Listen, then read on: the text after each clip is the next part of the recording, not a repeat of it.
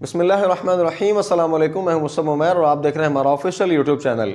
साहब हुसैन रिजवी साहब ने गुज़श्ता रोज़ जुम्मा के खुतबा के अंदर बाकायदा तौर पर तहरीक इंसाफ पाकिस्तान के हवाले से गुफ्तगू की और बाकायदा तौर पर मेंशन किया कि तहरीक इंसाफ के साथ जो सलूक हो रहा है, हम इस जुल्म पर ना तो मजाक उड़ा रहे हैं और ना हम उस हंसी का हिस्सा बनेंगे जो गवर्नमेंट की तरफ से जो है उनका तमस्कर उड़ाया जा रहा है। लेकिन हम इतना पैगाम ज़रूर देना चाहेंगे कि अब इनको समझ आ जानी चाहिए कि इन्होंने जो अपने दौर के अंदर हमारे साथ सलूक किया था, आज मकाफात अमल है और कुदरत इनके साथ ये सारा का सारा मामला इसलिए कर रही है कि इन्होंने आशिकान रसूल पर सीधी गोलियां चलाई थी।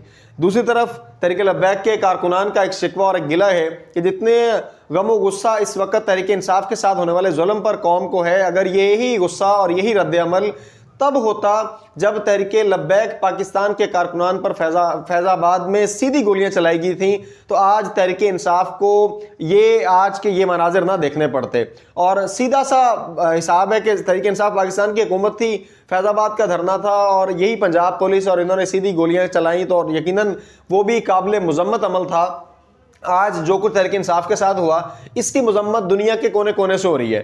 जो फैज़ाबाद में हुआ था उसकी मजम्मत इसलिए कम हुई क्योंकि दुनिया के मुख्तलिफ ममालिक जो हैं वो लिबरलिज्म सेकुलरिज्म पर यकीन रखने वाले हैं और वो किसी भी ऐसी तंजीम और ऐसी जमात के साथ नहीं खड़े होंगे जो कम अज़ कम इस्लाम के स्लोगन और इस्लाम के नारे के साथ खड़ी होगी। तहरीक इंसाफ का नारा चूंकि इस्लाम का पर्टिकुलर नारा नहीं था, जमहूरियत का नारा था, जिसको जमहूरियत को दुनिया में लोग पसंद करते हैं, ऐसी एक लीडर का नारा था जिस लीडर की दुनिया में मकबूलियत है। ऑब्वियसली इस्लाम के अकॉर्डिंग एक बंदा निकलेगा तो वो इस्लाम के मुताबिक होने की वजह से बहुत सारे लोग उसके खिलाफ खड़े हो जाएंगे। दुनिया के एतबार से मैं बात कर रहा हूँ, इसीलिए तहरीक लब्बैक की उस आवाज़ के साथ दुनिया में से कहीं से आवाज़ नहीं उठी, चूंकि दुनिया तो पहले इस्लाम के मुखालिफ है या मुसलमानों के मुखालिफ है या वो इस खाना जंगी के लिए मुल्क को धकेलने की तरफ पहले ही कोशिश कर रही होती है। लेकिन तहरीक इंसाफ के बारे में जो कुछ इस्लामाबाद में हुआ, उस जुल्म पर मुल्क के अंदर से तो आवाज़ें उठ ही रही हैं, बाहर से बहुत सारी जगहों से आवाज़ें आ रही हैं। ऑस्ट्रेलिया के सेनेट के अंदर कल उनकी एक सेनेटर ने तकरीर की और बाकायदा तौर पे इस पर इजहार अफसोस किया और इस पर काबिल मुज़म्मत इसको करार दिया, इस वाक़े को। और इस्लामाबाद में होने वाली फायरिंग के नतीजे में उन्होंने कहा कि जो मेरे पास खबर आई है वो 400 लोगों को किल किया गया, 400 लोगों को मार दिया गया। इधर देखें, जो तहरीक इंसाफ की तरफ से कल एक बाकायदा तौर पर प्रेस कॉन्फ्रेंस जारी की गई है, उसमें अभी तक 12 शहीदों के नाम वो विद डिटेल आए हैं और बाकायदा तौर पे वकास अकरम राजा साहब ने उनमें पूरी डिटेल बताई है कि बाकी हम अभी तक डाटा कलेक्ट कर रहे हैं। बहुत सारे लोग हैं जो अभी लापता हैं, बहुत सारे लोग हैं जो जख्मी हैं, बहुत सारे लोग हैं जिनकी डेड बॉडीज़ के अकॉर्डिंग उनको अगर वारसीन को लाशें दी गई हैं तो उनसे ये रिटर्न में लिखवाया जा रहा है कि आप लोग ये क्लेम करेंगे कि हादसाती मौत हुई है, ये एक एक्सीडेंट की सूरत में हमारे बंदे की डेथ हुई है, इसको कोई बुलेट और गोली नहीं लगी। लाख छुपाएं लेकिन ये हकायक नहीं छुपने वाले। ऑस्ट्रेलिया के सेनेट में बात हुई और एक सेनेटर ने नहीं, एक से ज़्यादा सेनेटर्स ने बात की। कनाडा के सेनेट में बात हुई इसी टॉपिक पे और बाकायदा तौर पे उन्होंने इसको काबिल मुज़म्मत करार दिया। इसी तरह से बरतानिया के सेनेट में बात हुई, उसमें इस पूरे के पूरे वाक़े की मुज़म्मत की गई और इमरान खान साहब के हक़ में बोला गया। और दुनिया के मुख्तलिफ ममालिक में ऑलरेडी जब जैसे ही 24 नवंबर को मुजाहरा था पाकिस्तान में, दुनिया के मुख्तलिफ ममालिक में ये सारे के सारे मुजाहरे पहले निकाले गए थे।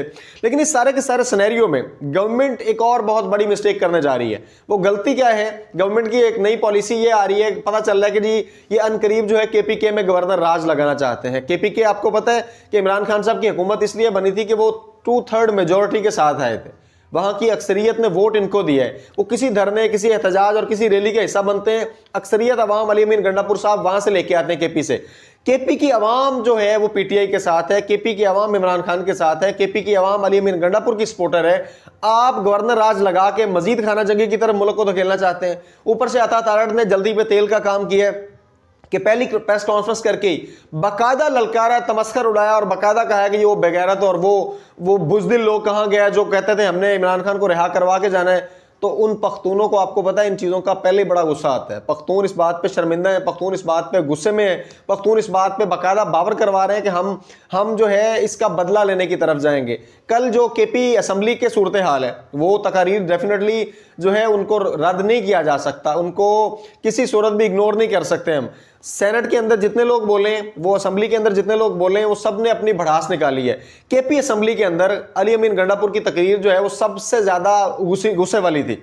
वो 18-20 मिनट में उन्होंने बरमला कितनी दफ़ा कहा, हमें मजबूर ना करो कि हम हथियार के बदले में हथियार उठाएं। तुम हमें बुज़दिली के ताने देते हो, हम तुम्हें जानते हैं। तुम हमें डरपोक होने का ताना देते हो, हम अगर असला लेके आए, हमें मजबूर ना करो कि हम असला लेके आए। कहा मैं सीएम हूं, हम असला लेके आए तो हम देखेंगे हमारे सामने कौन खड़ा होता है।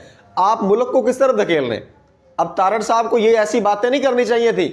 अब ऑब्वियसली ये अली अमीन गंडापुर साहब, इनकी केपी की क़यादत को पता है कि हमारी आवाम गुस्से में है, इनको बुज़दिली के ताने दिए जा रहे हैं। और पठान गैरत में और बहादुरी में हम सबको पता है कि इनका एक नाम है और एक लोग इनको एक जानते हैं, इनकी एक तारीख मौजूद है।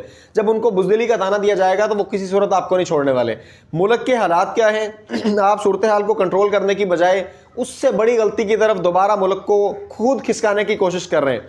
इसी तरह से गवर्नर राज का तस्करा करते हुए अली अमीन गंडापुर साहब की जो है वो बड़ी पुरतशद्दुद आवाज़ थी, और इस एतबार से वो बड़ा गुस्से वाले लहजे में कह रहे थे कि तुम्हारा बाप भी गवर्नर राज नहीं लगा सकता, तुम लगा के दिखाओ। देखें, अल्टीमेटली ऐसा नहीं है कि उनकी धमकी से डर के गवर्नमेंट नहीं लगाएगी। गवर्नमेंट अगर ये बेवकूफ़ी करना चाहेगी तो यकीनन करेगी, लगा के देख लें, उनकी पार्टी मकबूलियत में और इजाफा हो जाएगा। और पहले भी अगर तहरीक इंसाफ को कोई सपोर्ट हासिल है तो वो यकीनन इस सेंस में है कि अवाम उनके साथ है। और यहाँ KPK की तरफ से आएगा लोग, पंजाब का कोई काफिला पहुंचा नहीं पहुंचा ये अलग डिबेट है। बलूचिस्तान से लोग 2 दिन पहले से चले हुए थे, जो सालार काकड़ साहब का काफिला था वो कैसे पहुंचा, और डी चौक तक पहुंचने वाले लोग किस सूबे के ज्यादा थे। लेकिन अफसोस ये है कि लोगों ने धोखा नहीं दिया, क़यादत से मिसहैप हुआ, क़यादत ने धोखा दिया, क़यादत बैकफुट पे गई। और अब भी जो जख्मियों की सूरत हाल है, जो तहकीकात हो रही हैं, जो प्रेस कॉन्फ्रेंस कल की गई वो ऑब्वियसली उस वाक़े के 3-4 रोज़ के बाद की गई, और ये टू मच लेट वाली बात थी। इसमें इतनी ताखीर नहीं करनी चाहिए थी कि जो बहुत सारे सवालात पिनप रहे थे, जन्म ले रहे थे, वो मजीद ना इतनी बिगड़ती सूरत हाल बनती। अब जो है क़यादत का क्या बनता है, जो PTI की क़यादत है उनको चाहिए हॉस्पिटल्स के दौरे करें, ज़्यादा से ज़्यादा बड़ा क्या हो जाएगा, अपने मरीजों की तहकीकात के लिए पहुँचें, वहाँ पे डेड बॉडीज़ की तफसीलात लें, वहाँ नेशनल मीडिया जाएगा, इंटरनेशनल मीडिया भी जाएगा और चीज़ें मजीद खुल के सामने आएंगी। लेकिन एक्चुअली ख़तरा क्या है कि इन्हें ख़तरा यही है कि वहाँ से इनको अरेस्ट ना कर लिया जाए। वो लोग जो इसी PTI के VN के पीछे, जो अपने इमरान खान साहब की कॉल के पीछे, जो बिशरा बीबी के साथ किए हुए वादे के पीछे, जो अली अमीन गंडापुर के हलफनामे के पीछे वहाँ तक पहुँचे, अपनी जानें कुर्बान की, और अब तो उनकी अगर लाश भी घर नहीं पहुँच रही तो इससे बड़ा उनके साथ जुल्म क्या हो सकता है। तो PTI की क़यादत यहाँ भी एक दफ़ा बैकफुट पे दोबारा से जा रही है। बाकी मंडी बहाउद्दीन का वो नौजवान जिसकी वीडियो वायरल हुई, जिसको कंटेनर के ऊपर से धक्का दिया गया नमाज पढ़ते हुए, उसकी डेथ नहीं हुई। ऑब्वियसली उसके बारे में क्लेम किया जाता है कि जी वो एक नमाजी शख्स को वहाँ से गिरा के शहीद कर दिया गया, लेकिन जो रवैया इख्तियार किया गया वो मनफी है। उसके बाजुओं पे चोट आई है। उसके बाद वीडियो सामने आई है, बाकायदा तौर पे उसके छोटे भाई की वीडियो सामने आई है कि जब से हमारी ये वीडियो हिट हुई है तो हमारे सारे करीबी रिश्तेदारों को उठा लिया गया है, और जो करीबी रिश्तेदार हैं वो वैसे घर छोड़ के फरार हो गए कि इस सारे वाक़े में। देखें, गवर्नमेंट एक गलती करती है, एक चोरी ऊपर से सीना जोरी, गलती को सुधारने के लिए उससे बड़ी गलती कर देती है। अब वो एक बंदे के साथ आपने जो सलूक किया है, उसको कोई भी रियासत का कोई शख्स, किसी पार्टी का नुमाइंदा उस अमल को ठीक नहीं कहेगा। आप उलमा से पूछ के देख लें, एक शख्स जो नमाज पढ़ रहा है, आपके पास ये दलील गलत है कि उसको और जगह नहीं मिली थी। भाई अगर वो कंटेनर पे चढ़ के पढ़ रहा है तो आपको एतराज़ क्या? वो इसराइल में थोड़ी है, वो पाकिस्तान की एक ऐसी रियासत का हिस्सा है जहां इस्लामी जमहूरिया पाकिस्तान का हम क्लेम करते हैं और हम अपने मजहबी त्योहारों में और इन चीज़ों में आज़ाद हैं। जब आपके मुल्क में रहते हुए अक़लियत को मुकम्मल तहफ़्फ़ुज़ हासिल है तो एक मुसलमान को आप इस तरह से नमाज क्यों नहीं पढ़ने दे रहे? और जब उनको धक्का दिया जा रहा है, वो बेचारा कंटेनर पे लटक के अपने हाथ डाल के जान बचा रहा है, उस हाथ जो लटके हुए हैं उन हाथों को वो रेंजर्स का बंदा उखेड़ देता है और वो नीचे जाके गिरता है। मतलब इस कदर आप जुल्म कर रहे हैं।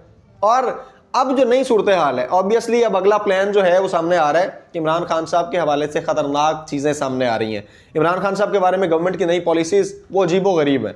जब से ये वाक़या पेश आया 26 के बाद 3-4 रोज़ हो गए इमरान खान साहब को मिलने नहीं दिया जा रहा किसी से भी।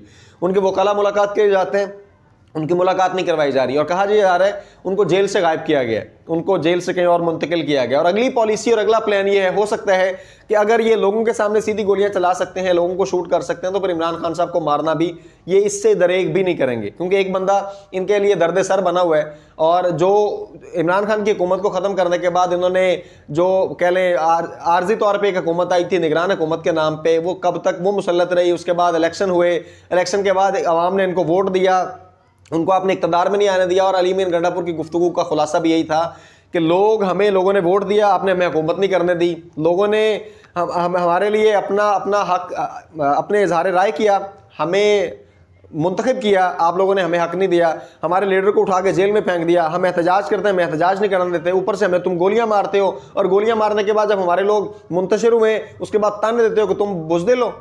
तो ये मुल्की हालात को किस तरफ धकेला जा रहा है। इस वक्त मुल्क की सूरत हाल ये है कि जगह जगह से खबरें आ रही हैं, और आर्मी के मुतालिक जो है आर्मी के मुतालिक आम आवाम की राय जो है वो नफरत में बदलना शुरू हो गई है। कल भी पोस्टें आ रही थी शहदा की, उनके नीचे जो कमेंट्स लोगों ने किए वो ना पढ़ने वाले, और आर्मी के शहदा के मुतालिक हर शख्स का गुमान और हर शख्स के दिल के जज्बात जो हैं मोहब्बत वाले होते हैं, और हमारे शहदा जो हैं हमारा फ़ख्र है। इस मुल्क की सालमियत उन शहीदों के खून की बदौलत है, और इस मुल्क की सलामती उन शहीदों के खून की मरहून मिन्नत है। लेकिन इस सारे के सारे सिनेरियो से क्या हो रहा है, एक ऐसा सरकमस्टांस और एक ऐसे हालात को क्रिएट किया जा रहा है जिससे आर्मी के शहदा के मुतालिक भी लोगों के गलीज़ जुमले निकल रहे हैं। तो इस सारे सूरत हाल को समझने की ज़रूरत है, और गवर्नमेंट को ऐसी पॉलिसीज़ और ऐसे इक़दामात लेने की ज़रूरत है जिससे मुल्क मज़ीद खाना जंगी की तरफ ना जाए और मुल्क के हालात संभलने की तरफ आएँ। लोगों में जो इंतशार पाया जा रहा है, इस इंतशार को ख़त्म करने की ज़रूरत है। जो बेयकीनी की सूरत हाल है इसको यकीन में बदलने की ज़रूरत है, और जो बदअमनी की सूरत हाल है इसको अमन में लाने की ज़रूरत है। उम्मीद है इंशाल्लाह आने वाले हालात मज़ीद बेहतरी की तरफ जाएंगे। जैसे कोई नई मालूमात हम तक पहुंचती हैं इंशाल्लाह आप तक पहुंचाने की पूरी कोशिश करेंगे। अपना बहुत सारा ख्याल रखिएगा। आइंदा मिलेंगे इंशाल्लाह एक नई वीडियो के साथ। तब तक के लिए अस्सलाम वालेकुम।